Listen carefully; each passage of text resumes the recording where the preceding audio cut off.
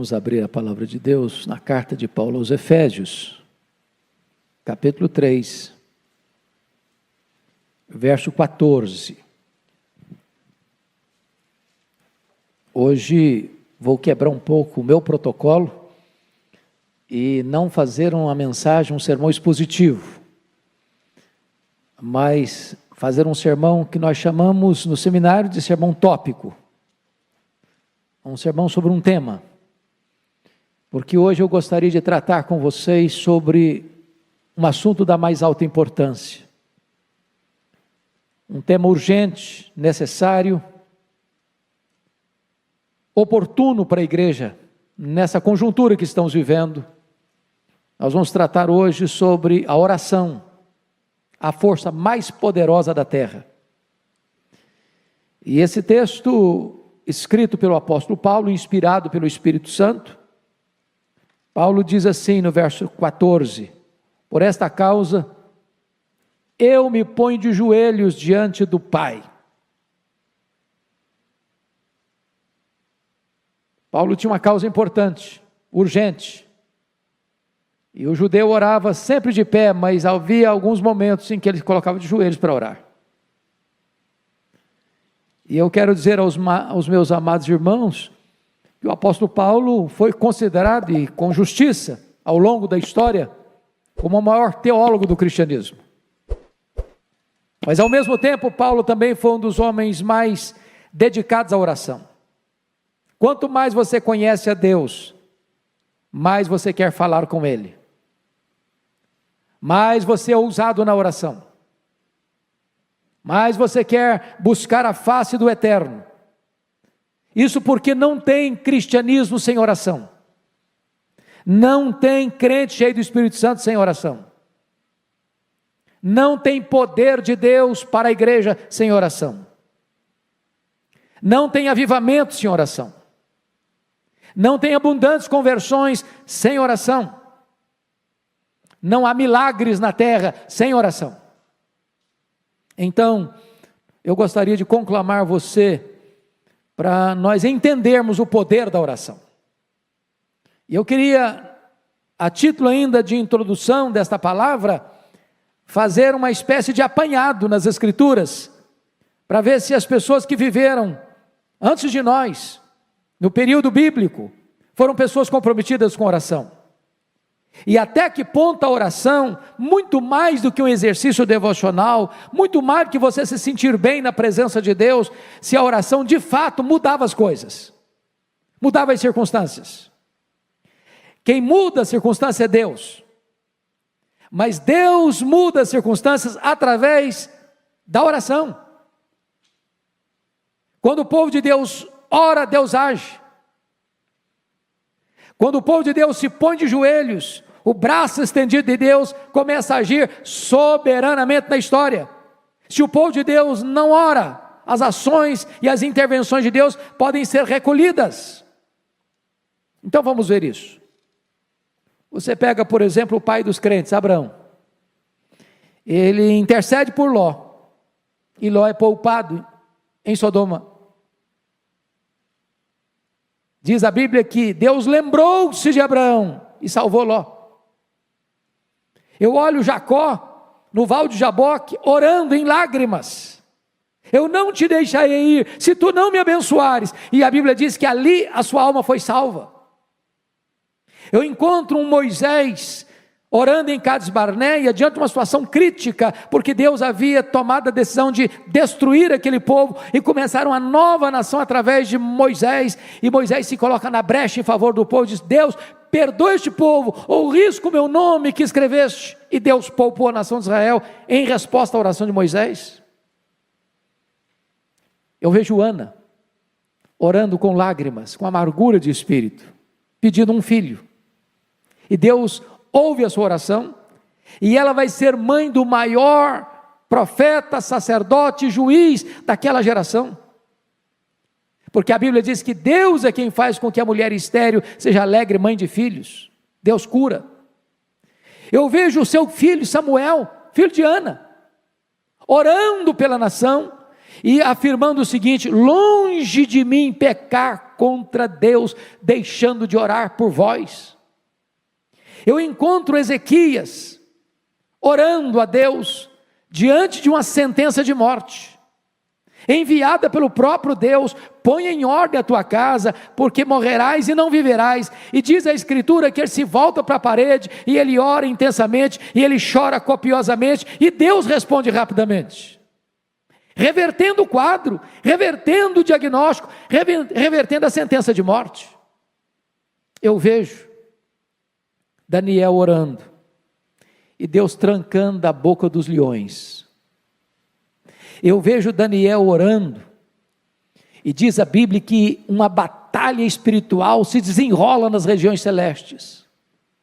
Eu vejo Daniel orando para Deus trazer quebrantamento ao povo, porque o cativeiro duraria 70 anos, mas diz a Bíblia que naquele momento o povo dele se voltaria para ele, e o povo estava com o coração endurecido. Eu vejo Neemias orando. Ele é um governador, e ele é um estrategista, ele é um administrador de escola. Eu vejo Neemias orando, e a cidade de Jerusalém, que estava há 142 anos debaixo de escombro, e ele pela oração se põe nas mãos de Deus, e se coloca à disposição de Deus, e a cidade é restaurada, e os muros são erguidos em 52 dias.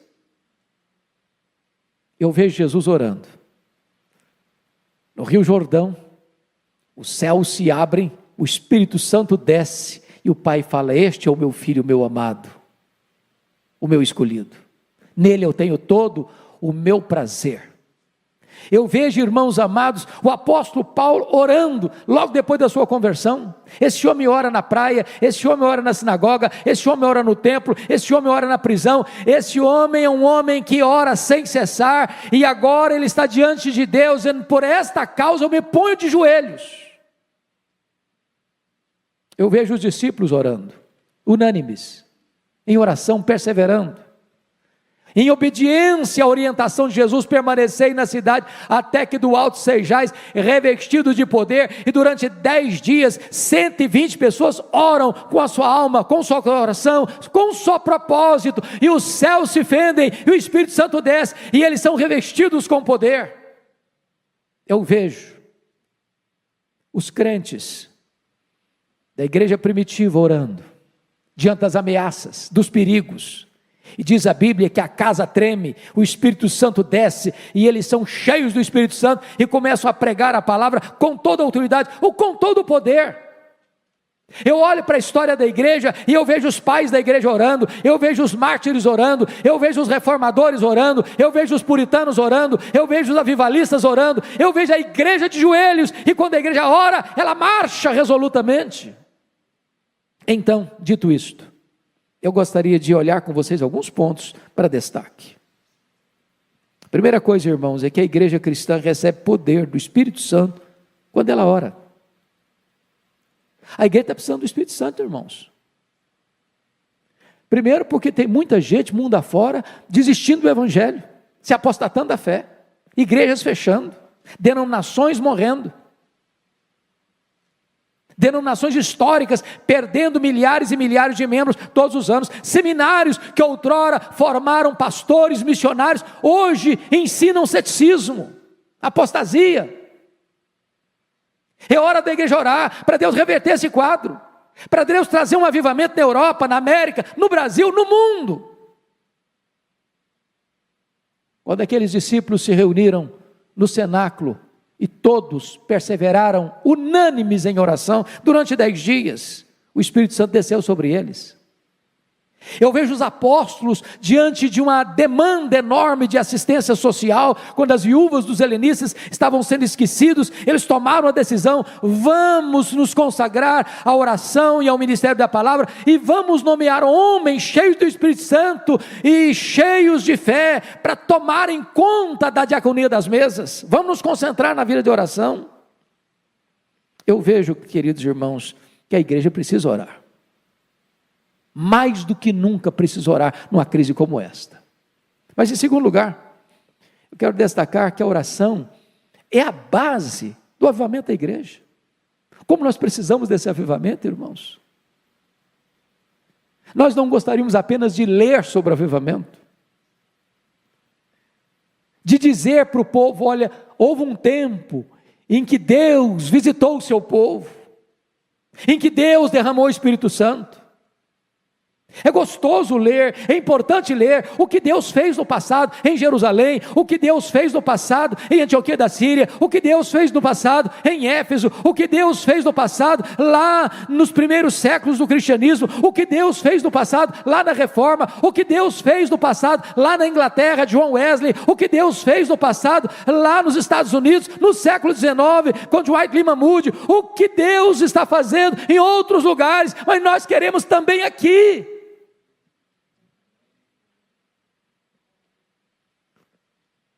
Eu disse para o pastor Arival hoje no escritório, uma coisa que me marcou muito, quando nós fomos a Quacisabanto, ver aquele avivamento que ocorreu em 1966, e quando nós fomos, era 1991, portanto, algumas décadas depois, e o pastor Elor disse o seguinte para nós: sempre que nós começamos a escrever sobre avivamento, é porque ou ele já foi embora, ou ele ainda não chegou. Porque quando ele chega, você não tem tempo para escrever nada, você só tem tempo para viver aquela experiência gloriosa. Como nós precisamos, irmãos, de um sopro de Deus, de um alento de Deus, de uma visitação poderosa de Deus, de uma manifestação do poder de Deus, tirando as cinzas, soprando as brasas, inflamando o nosso coração. Quantas pessoas apáticas, quantas pessoas acuadas, com medo, desesperadas, quantas pessoas que encontram até na pandemia uma boa desculpa para não estar na casa de Deus, quantas pessoas acovardadas.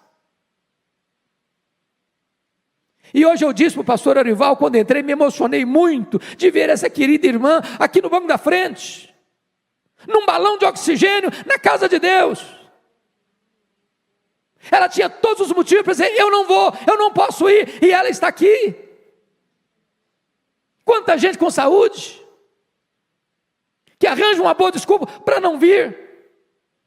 E eu espero em Deus que não haja no coração das pessoas um amor fenecendo, uma chama apagando, um fervor desaparecendo. Precisamos de avivamento, precisamos de um sopro do Espírito.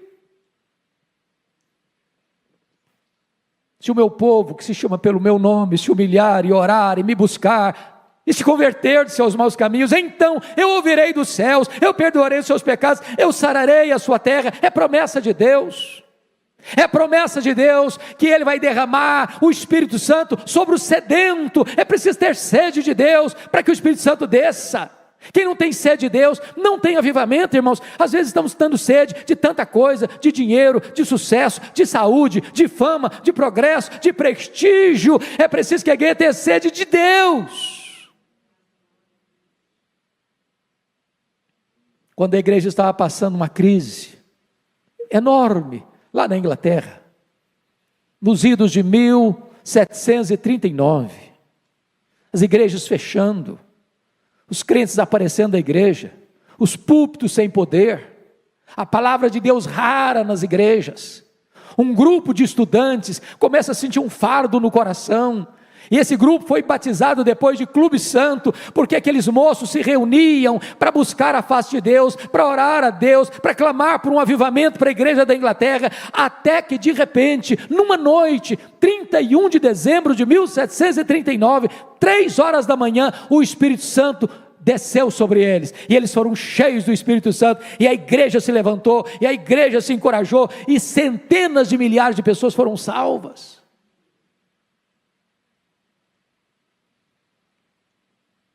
No século XIX, novamente, quando a Inglaterra estava varrida pelo liberalismo teológico, Deus levantou um homem chamado Charles Haddon Spurgeon, E aquele homem pregava para 12 mil pessoas, todo domingo, todo domingo, todo domingo. E alguém perguntou, mas qual é o segredo de tanta gente vir, e de tantas mudanças, de tantas conversões, de tanta manifestação do poder de Deus? Ele disse, é a reunião de oração da igreja na segunda-feira. Essa reunião de oração é a usina de poder da igreja.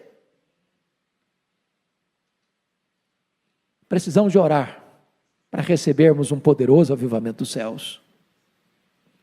Mas em terceiro lugar, irmãos, prestem bem atenção nisso, a oração é a base para a restauração de uma nação. Preste atenção nisso, quem muda a nação não são os políticos. A igreja precisa entender que está na mão da igreja esta usina de poder, esta arma mais poderosa do mundo. É Deus quem põe no trono e tira do trono. É Deus quem levanta uma nação e faz baixar uma nação, cair uma nação. Olha para a história e você verá isso. Quando Ezequias orou, diz a Bíblia que Deus livrou Jerusalém e o seu reino, o reino de Judá, de um ataque terrível, de um poderosíssimo império, que já havia derrubado o reino do norte, Samaria. Deus poupou a nação, em resposta à oração do líder daquela nação. O doutor Edwin Orr, que talvez foi a maior autoridade sobre o avivamento no século XX, que esteve aqui no Brasil, no centenário da Igreja Presbiteriana do Brasil, narra sobre o colapso econômico que atingiu os Estados Unidos nos idos de 1850. Ele diz que naquela época os bancos faliram e fracassaram. Os empresários estavam em crise. As estradas de ferro faliram. As fábricas fecharam. Milhões de trabalhadores desempregados. É um cenário muito parecido, às vezes, com o que nós estamos começando a assistir no Brasil e no mundo. A economia colapsando. A saúde entrando numa situação, como já foi descrita aqui pelo pastor Arival, de adversidade, porque quando você acha que a coisa está melhorando, de repente surge uma novidade, que contraria a expectativa, ou mesmo o saber da ciência, e muda tudo. Pois bem, diante daquela crise, no dia 1º de julho de 1857, um homem chamado Jeremias Lampier, um homem de negócios, comerciante, assumiu o posto de missionário urbano em Nova York. A sua denominação estava perdendo milhares de membros todos os anos. E Jeremias Lampier imprimiu um folheto e distribuiu em Nova York. No dia 23 de setembro de 1857, ele começa uma reunião de oração no hotel. O objetivo era juntar comerciantes, mecânicos, viajantes, para buscarem a Deus. No primeiro encontro, na primeira reunião de oração, 6 pessoas. Na segunda semana, 40 pessoas. Em 6 meses, tinham 10 mil homens de negócios orando em Nova York por um avivamento nos Estados Unidos da América. Esse avivamento chegou, irmãos, e varreu toda a nação. Boanerges Ribeiro escreveu um livro sobre Moody, que estava vivenciando essa experiência, e disse que a seara estava em fogo. Quando se percorria a nação, parecia que o país inteiro era uma reunião de oração. As igrejas se fortaleceram. Como fruto desse avivamento, um jovem que estudava em Princeton, ao escutar um sermão do seu professor Charles Hodge, pregando sobre obra missionária, ele sentiu o chamado de Deus e veio para o Brasil, Ashbel Green Simonton, com 26 anos, para plantar a igreja presbiteriana do Brasil. A nossa denominação é fruto desse avivamento. Eu espero, amados irmãos, que Deus nos mova a orar pelo Brasil. Estamos vivendo uma crise política em todos os poderes constituídos, precisando de uma visitação do céu, de homens que governam, de homens que legislam, de homens que julgam, que têm o temor de Deus, que reconheçam que Deus é soberano, e que feliz é a nação cujo Deus é o Senhor. Precisamos de uma igreja quebrantada, de uma igreja sedenta de Deus, de uma igreja que entra na brecha da oração, de uma igreja que paga o preço da oração, da renúncia, para que Deus visite a nossa terra e poupe a nossa nação.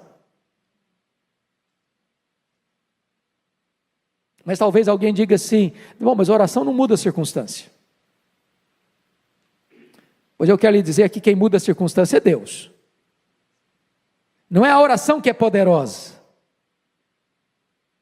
A oração aciona o braço do Todo-Poderoso. É quando a igreja fraca ora ao Deus onipotente, Deus age e muda as circunstâncias. Se não vejamos.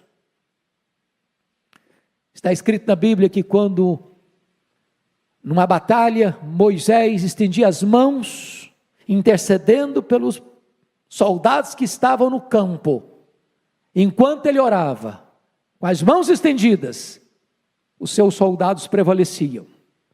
Se as orações cessavam e os braços encolhiam, o inimigo prevalecia. Quando a igreja ora, Deus age. Quando a igreja ora, Deus faz o inimigo recuar. Quando a igreja ora, os milagres de Deus acontecem. Segundo exemplo que eu lhes dou, do próprio rei Ezequias. Porque duas coisas estavam acontecendo. Ezequias começa a reinar com 25 anos. Ele reina 29 anos.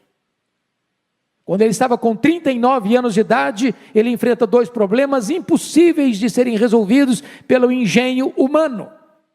Primeiro, um ataque militar do mais poderoso império do mundo, o Império Assírio. Maior império da época, já tinha derrubado Samaria, agora cerca Jerusalém, tem 185 mil soldados na época, mais do que a população de Jerusalém, cercando a cidade, e o rei manda um recado, e o comandante manda um recado para o rei Ezequias: pode se render, porque Deus nenhum pode livrar você da minha mão. Diz a Bíblia que Ezequias orou, e Deus mandou um anjo, e matou naquela noite 185 mil soldados assírios, e libertou Jerusalém, em resposta à oração. Mas uma segunda situação que mudou, é que diz a Bíblia que este rei, com 39 anos de idade, embora rico, poderoso, ele enfrenta uma enfermidade, uma úlcera. Nenhum médico podia tratá-lo, nenhuma medicina podia curá-lo. E a ordem de Deus para ele, por meio do profeta Isaías, foi: põe em ordem a tua casa, porque morrerás e não viverás. Pois diz a Bíblia que ele se voltou para a parede, orou e chorou. E Deus reverteu o quadro, e Deus suspendeu a sentença de morte, e lhe deu mais 15 anos de vida. Deus muda as circunstâncias em resposta às orações. Deixa eu lhe dar um terceiro exemplo. Está lá em Atos capítulo 12, o rei Herodes Agripa I já tinha passado o fio da espada e degolado Tiago, irmão de João, e tinha colocado Pedro numa prisão de segurança máxima, com 3 escoltas de 4 soldados cada uma, aguardando o final da festa para matá-lo. E diz a Escritura que a igreja estava em oração. E em resposta à oração da igreja, um anjo de Deus é escalado para ir lá na prisão, acordar Pedro.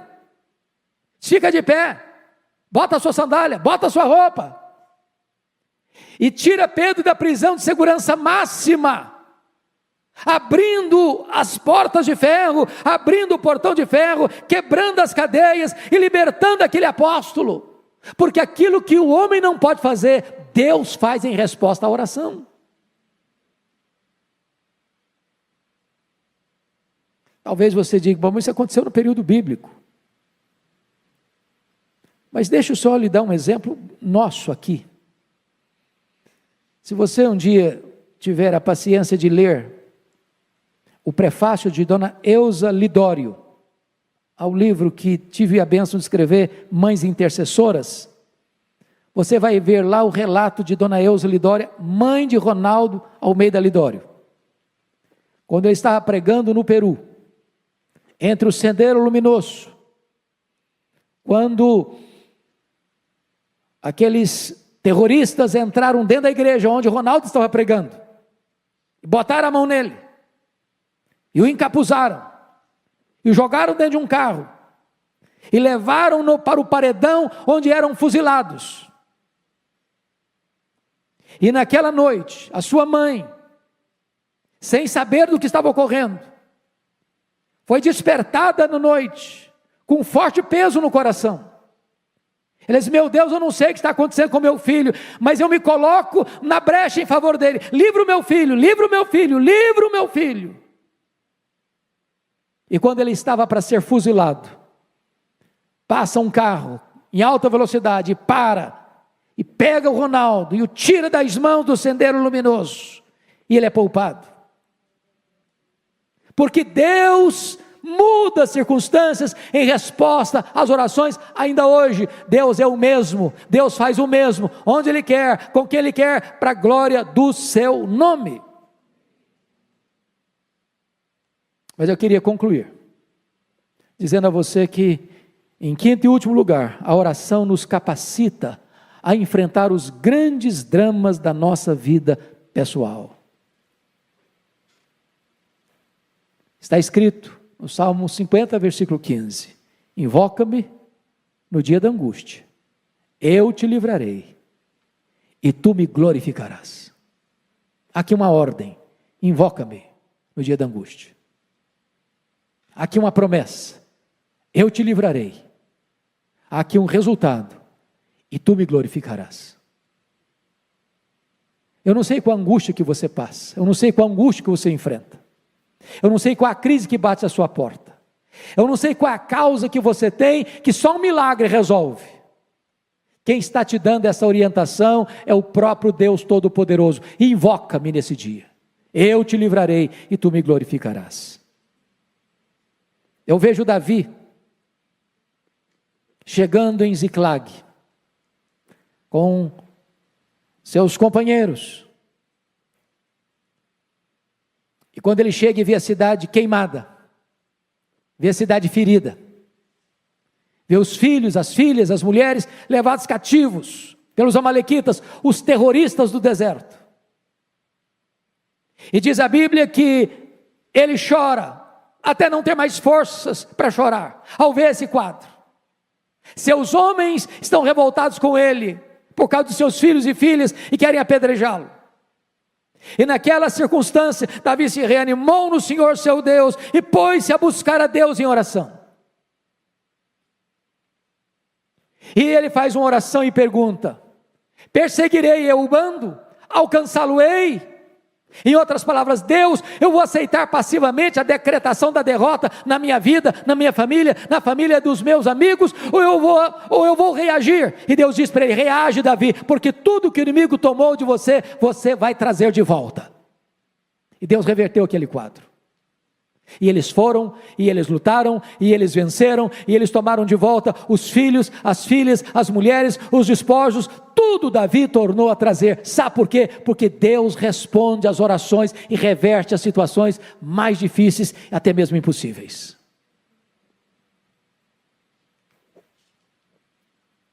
Quero concluir, para mim, com um exemplo máximo do que Deus pode fazer por meio da oração. A experiência do próprio Jesus, o Filho de Deus.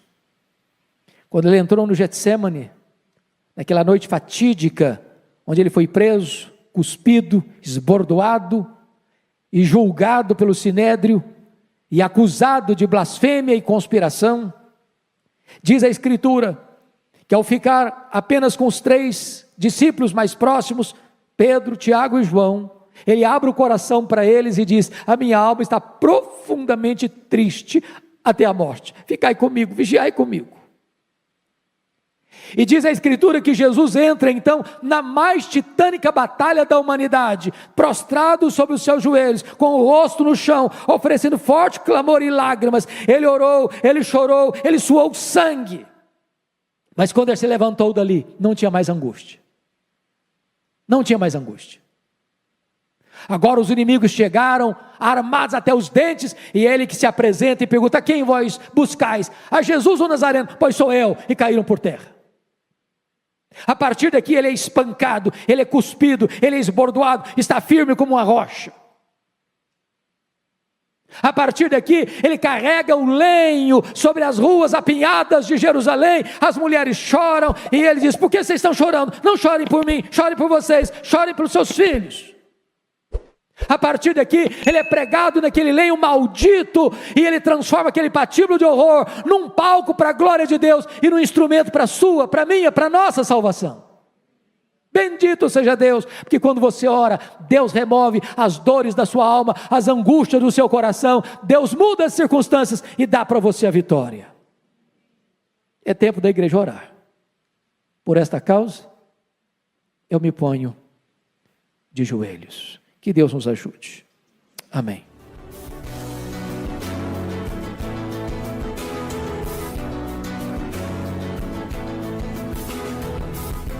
Palavra da Verdade, com Hernandes Dias Lopes. Palavra da Verdade, com Hernandes Dias Lopes. Eu quero compartilhar com você uma das verdades mais importantes das Escrituras, que é uma necessidade sua e minha: como vencer a tristeza. E eu quero basear esta mensagem no Evangelho de Jesus Cristo, conforme o registro do evangelista João, no capítulo 14, versos de 1 a 3. Vamos ouvir a leitura deste texto. Não se turbe o vosso coração. Credes em Deus, crede também em mim. Na casa de meu pai há muitas moradas. Se assim não fora, eu vou-lo teria dito, pois vou preparar-vos lugar. E, quando eu for e vos preparar lugar, voltarei e vos receberei para mim mesmo, para que onde eu estou, estejais vós também. O cálice da tristeza é sorvido até a última gota, praticamente, por todos nós. Num dado momento ou outro da vida, teremos que beber este cálice. Não somos poupados. Não há nenhuma pessoa que passe por esta vida sem conhecer ou experimentar o sabor amargo da tristeza. A vida não é indolor. Nós não estamos aqui blindados dos problemas da vida. Não vivemos num paraíso acima e além da dor. Não estamos numa colônia de férias, nem num jardim grinaldado de flores. Pisamos areias esbraseantes. Não pisamos tapetes aveludados, mas caminhos juncados de espinhos. A dor fuzila o nosso corpo. A enfermidade, tantas vezes crônica ou aguda, nos acicata com o sofrimento. Tudo isso nos aflige e leva a tristeza para dentro do nosso coração. São problemas na nossa vida, na nossa casa, na nossa família, na nossa parentela. São problemas que vêm de fora para dentro e que ecoam de dentro para fora.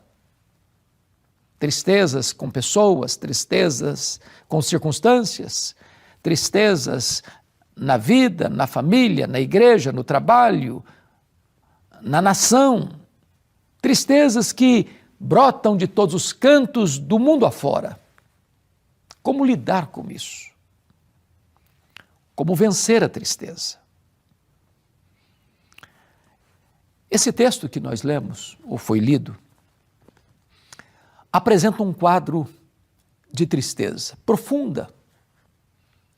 Jesus Cristo havia chamado 12 homens e investiu nesses homens 3 anos, andando com eles, conversando com eles, ensinando a eles, disciplinando a eles, fazendo milagres diante dos olhos deles. E aqueles homens largaram tudo para seguir a Jesus. Até o momento em que Jesus afirma para eles que ele subiria para Jerusalém, seria entregue nas mãos dos principais sacerdotes e escribas, seria exposto num espetáculo horrendo de vergonha, morte de cruz, seria sepultado para ressuscitar no 3º dia. Esta notícia caiu como uma bomba no coração deles, tirou o chão debaixo dos pés deles, apagou a lâmpada da esperança na alma deles. E diz a Bíblia que estes homens, reunidos no cenáculo, no período da festa da Páscoa, estão todos eles com o coração conturbado, mergulhado no caudal da tristeza, a dor pulsando no peito deles. E é nessa conjuntura que Jesus Cristo trata deste assunto tão sensível, que atinge ainda você e a mim, mostrando a eles como vencer a tristeza. Como é que você está? Você enfrenta a tristeza na vida? A tristeza, tantas vezes, também visita o seu coração. Quem sabe não naquelas horas agitadas, mas quando você bota a cabeça no travesseiro. Naquelas horas em que você se recolhe da multidão para escutar os ecos da sua própria alma. Como é que você lida com isso? Pois bem, Jesus Cristo aqui oferece para os seus discípulos 3 remédios eficazes para vencer a tristeza. O primeiro deles está no versículo 1. Ele diz assim: não se turbe o vosso coração. Credes em Deus? Crede também em mim. O que Jesus está dizendo é que você vence a tristeza quando você tira os seus olhos das circunstâncias ou de dentro de você mesmo para colocar os seus olhos em Jesus e crer nele como o próprio Deus encarnado, como aquele que veio ao mundo para nos salvar, para morrer pelos nossos pecados, para nos dar a vida eterna, para nos garantir segurança eterna. Posso lhe garantir uma coisa: se você tirar os olhos de Jesus, você fica assustado. Os problemas são muitos, as crises são homéricas, a situação é adversa. Este mundo marcha resolutamente, assodadamente, rapidamente para uma ruína, o descalabro moral, a destruição dos valores, a conspiração contra os fundamentos que devam manter a família e a sociedade de pé. Há uma espécie de loucura, de insanidade, reinando entre as nações. E se você ficar com seus olhos nesse cenário cinzento e só nesse cenário, seu peito é encharcado de tristeza. Põe os seus olhos em Jesus. Ele está no trono. Ele tem as rédeas da história em suas mãos. A história não está sem rumo. A história não está como um caminhão sem freio ladeira abaixo. Jesus está sentado no trono e ele conduzirá a história a uma consumação e a vitória de Cristo e da sua igreja. O mal não vencerá. O diabo não vencerá. O falso cristianismo não vencerá. A vitória está garantida, já está escrita, já está selada. É de Cristo, é da verdade, é da justiça, é do bem. Mas Jesus consola os seus discípulos e nos dá um remédio eficaz para vencer a tristeza. No versículo 2, ele diz, no verso 1 ainda, ele diz assim, aliás, no verso 2, na casa de meu pai há muitas moradas, e se assim não fora, eu vos teria dito, pois vou preparar-vos lugar. Você vence o medo quando você passa a entender que a vida não se limita apenas a este breve percurso do berço à sepultura. A vida não é só aqui e agora, não. Nós não subscrevemos a filosofia hedonista dos epicureus, que dizem comamos e bebamos porque amanhã morreremos. Não, nós cremos que há um lugar preparado para pessoas preparadas. Jesus disse que ele foi preparar-nos um lugar, é a casa do Pai, é o céu, é o paraíso, é o seio de Abraão, é a Nova Jerusalém, é o lugar onde não vai ter tristeza, nem dor, nem pranto, nem choro, nem luto. É o lugar onde o pecado não vai entrar, a morte não vai entrar. Porque quando você lá estiver, com um corpo de glória, o anticristo, o falso profeta, o diabo, a morte, o inferno e todos aqueles cujos nomes não estão escritos no livro da vida já terão sido lançados no lago do fogo. Nada contaminado vai entrar lá. A alegria vai ser plena. A tristeza não terá acesso.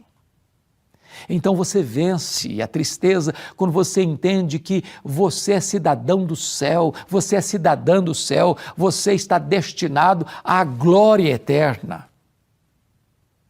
Mas em terceiro lugar, e último lugar, você pode vencer a tristeza olhando para o que Jesus Cristo disse no verso 3. E quando eu for, disse ele, e vos preparar lugar, voltarei e vos receberei para mim mesmo, para que onde eu estou, estejais vós também. Você vence a tristeza quando você nutre na alma a esperança e a segura expectativa da segunda vinda do Senhor Jesus. Ele voltará pessoalmente, ele voltará visivelmente, todo olho verá. Ele voltará audivelmente ao ressoar da trombeta de Deus, ouvida a voz do arcanjo, ele descerá dos céus. Ele voltará repentinamente como um relâmpago risca os céus do oriente ao ocidente. Ele virá inesperadamente, porque ele vem como ladrão, que não avisa o dia nem a hora, e chega de súbito, de surpresa. Ele virá inescapavelmente, como a mulher grávida está para dar à luz e não pode evitar isso, assim Jesus virá inescapavelmente, ninguém pode mudar essa agenda, ele virá, mas ele virá vitoriosamente, ele virá e colocará todos os seus inimigos debaixo dos seus pés, Ele virá e se assentará no trono para julgar vivos e mortos. Ele virá para estabelecer o seu reino de glória. E ele vai reinar pelos séculos dos séculos. E diz a Bíblia que todo joelho vai se dobrar e toda língua vai confessar que Jesus Cristo é Senhor, para a glória de Deus Pai. Então você não precisa ficar rendido à ditadura da tristeza. Você pode hoje mesmo ter consolo, ter segurança, ter paz, ter alegria, mesmo nas lutas da vida, nos vales da vida, nas tempestades da vida. Você pode ser curado dessa tristeza. E Jesus está lhe dizendo: não se turbe o vosso coração. Hoje eu quero orar por você, que talvez esteja aí atravessando nessa pandemia tempos tão difíceis. Talvez você fechou o seu comércio, talvez você perdeu o seu emprego, talvez a sua empresa teve prejuízo, talvez você enfrentou aí o drama da Covid, ficou hospitalizado, chegou a ser entubado, ou talvez você sepultou alguém que você ama tanto, e ainda você está curtindo a dor, a tristeza. Talvez você esteja aí vivendo a dor, a tristeza de ter resvalado os pés, caído numa tragédia, um deslize moral. Seu coração está triste e abatido. Eu vou orar por você. Põe a sua vida nas mãos de Jesus. Ele perdoa os seus pecados. Ele liberta você das amarras. Ele salva você completamente. Ele dá a você hoje vida em abundância, vida eterna, a salvação. Agora mesmo, coloque-se na presença de Jesus. Eu vou orar por você. Deus, eu te peço que Tu abençoes as pessoas que estão nos assistindo, trazendo ao coração delas, Deus, alegria, segurança, paz, tirando a tristeza, dando a elas a segurança da vida eterna, da salvação. Assim eu oro por consolo e oro em nome de Jesus. Amém.